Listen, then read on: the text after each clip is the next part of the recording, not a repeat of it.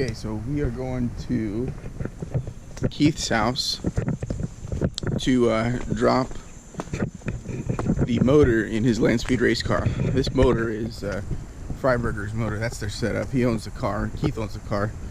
Freiburger does all the engine stuff. Transmission and rest of the drivetrain is also Keith's, but the engine situation belongs to David.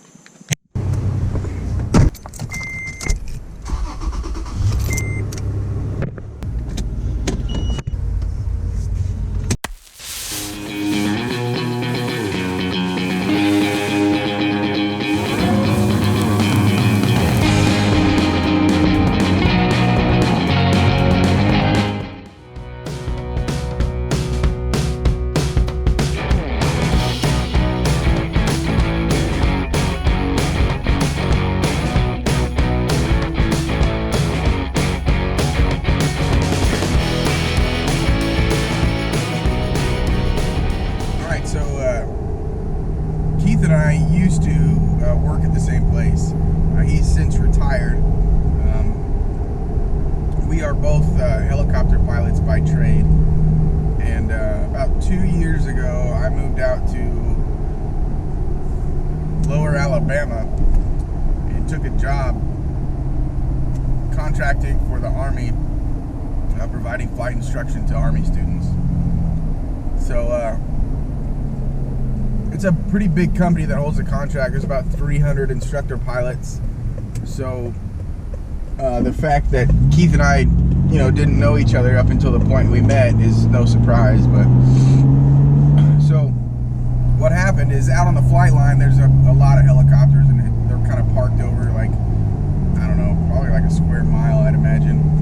So you don't walk out there, you get the bus. They call it the alert bus. You get on the alert bus and they take you to wherever your helicopter's parked.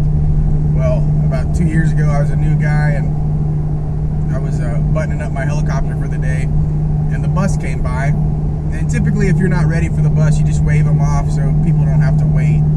But I didn't know that. I thought he was just going to wait for me, which he did. But when I got on the bus, after they had sat there for about 5 minutes, I saw this dude who was like making dead-on eye contact with me, and I'm like, oh great, there's some guy just about to talk shit. And sure enough, the first thing that Keith ever said to me was, hey Buttercup, do you like to make everybody late and inconvenience everybody, or am I special? So I was like, oh wow, okay. And not missing a beat, I said, oh, I can tell you're special. You're definitely special. And that was our first interaction on the bus. And we've been fast friends since then. And I really enjoy going over and helping him where I can. He's a good dude. He's got his fingers in a little bit of everything. And he's one of those old heads that knows everybody in the area. So when I came out here, I'm originally from California. So like, my car friends and the car scene, I mean, I grew up out there, so I was dead in the middle of it, and finding what I needed or what was going on was always super easy because I had been in that scene for a long time. So I knew where everything was, and I knew who had things and all that stuff. When I came out here, I didn't have that, but Keith has that, and he's my hookup. He's introduced me to some awesome people. Things like, what's your machine shop? Who do you go for machine work? Well, I got that now. I know it's Pilcher's Automotive and Enterprise, and what about body work? Well, I got a guy here in Dothan that does killer work. I've been on the cover of Hot Rod magazine and all that stuff. It's like, oh, cool. This stuff is, the car scene isn't like centralized just in California. It's all over the country, and that was one of the concerns I had when I moved here, was like, is it going to dry up for me? Am I going to be the only one out here messing around with this stuff? But that's not the case. It's everywhere, and it's pretty stinking awesome. So yeah, we're on our way to Keith Turk's house right now, and you're going to get to meet him. I'm sure he's going to have some colorful things to say when I walk in his door. So. Okay, we're at Keith's. Let's see if he's in his shop. Hello.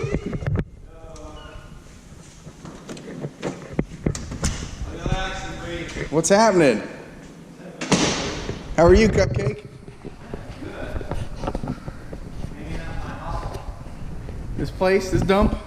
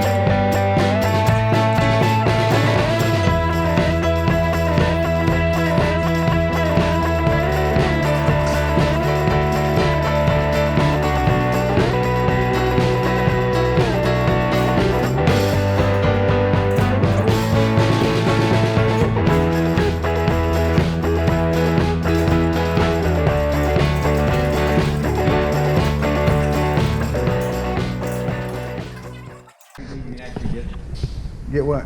That on video? Sure. I'm gonna cut a hole in Keith's race car, and he told me to make it big, so it's big.